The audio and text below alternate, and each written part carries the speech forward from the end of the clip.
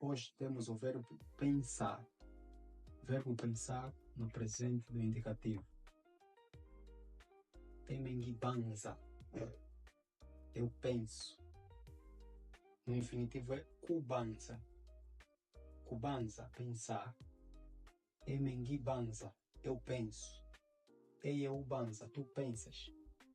Mweneubanza, ele pensa.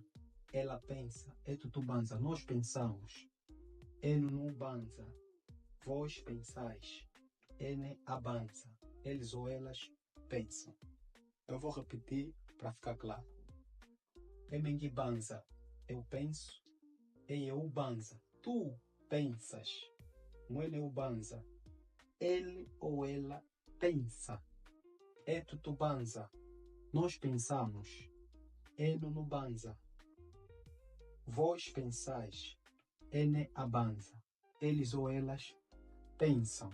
Temos aqui dois exemplos com o verbo pensar, que é o verbo kubanza.